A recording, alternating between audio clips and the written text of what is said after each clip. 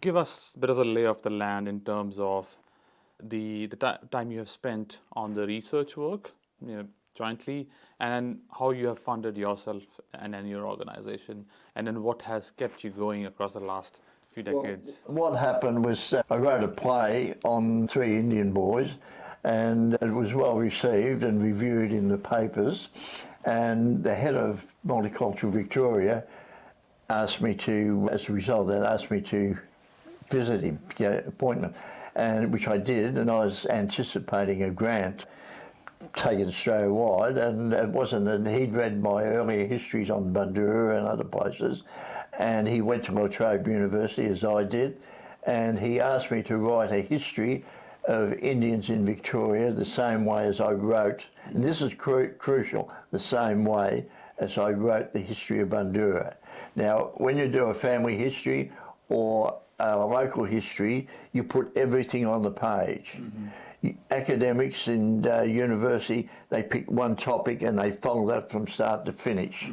And so that was the important thing. That has now been followed, that approach has been followed by the Sikh community in Canada, and it's also acknowledged in India and also in Manchester, in England, that the success of writing history in this way. It hasn't been accepted in Australia, and there's been a lot of academic resistance to our work, but that's the story, and I've got off the track a little bit there, but never mind. But what happened, George Lukakis said, I will give you a good, decent grant. I'll set up a committee, and we talked about who we were going to invite and join the committee. He gave us $17,000, which 40 years ago was a big whack, and to finance Volume 1 of Indians and Ethnic Minority. And the name of that book, Indians and Ethnic Minority, was, the final chapter was going to be No.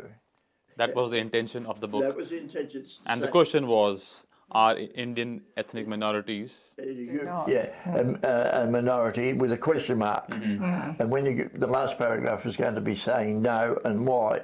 But what happened is, because when we got added information, the chapters turned into books, and it was too late to change the name. So that's why that name stands in the books today. But George organised a loan, gave us a grant of $17,000, and then when the committee first sat at the first meeting, they said, we'll hire a restaurant in Little Bourke Street, and we'll see if we can get some members. But it would have cost taking all the money. And so Chris and I said, no, it's unethical, and we walked away and left the money behind. And then it was a lot longer than that. Yeah, over a couple of years. And then we struck trouble with the editor of the Ballarat Times, and he wanted to get control of the first draft of Volume 1 and serialise it in his paper.